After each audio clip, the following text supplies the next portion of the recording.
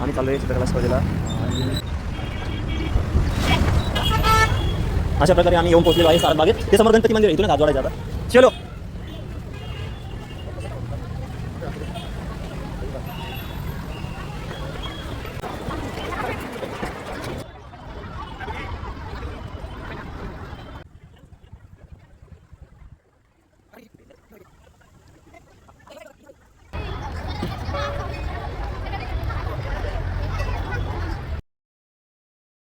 आणि स्पर्धा संपून आम्ही सर्वजण जेवणासाठी बसलेलो आहोत.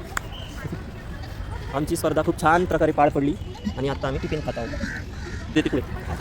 आणि अशा प्रकारे आम्हाला जवळपास 2 पुढे भेटले. किती 1 2 3 4 5 6 7 8 9 10 12 24 4 पुढे शिल्लक भेटले आम्हाला. पण काय हरकत नाही, ज्ञानेश्वरने मी डब्बा आणला नाही त्यामुळे ते 4 पुढे आमच्या वाट्याला आहे ना.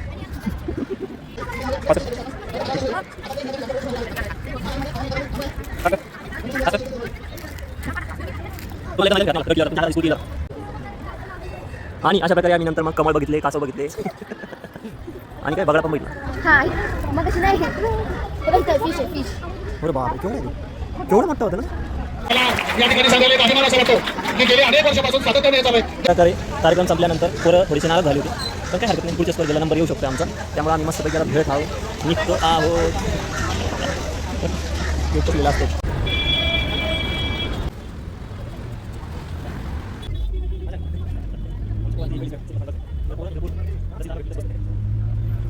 आमची पोरं जाम जमलेली आहे, गजानन फक्त घरात काढणार आहेत.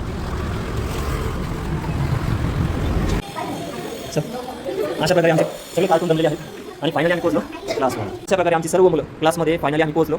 नंबरचा विषय नाही, नंबर काय दरवर्षी येत राहील, स्पर्धा भरपूर येत राहतील, त्यामुळे तुम्ही नाव घ्यायचं नाही. अशा प्रकारे आमचे जवळपास 20 विद्यार्थी स्पर्धेत सहभागी झालेले आणि मस्त मजा आली. एन्जॉय केला सर्वांनी, मोठ्याने जेवण केलं सर म्हणा की हो म्हणा की डन. फायनली आमची एवढी पोरं ग्रॅज्युएट झालेत आपल्या क्लासमधून.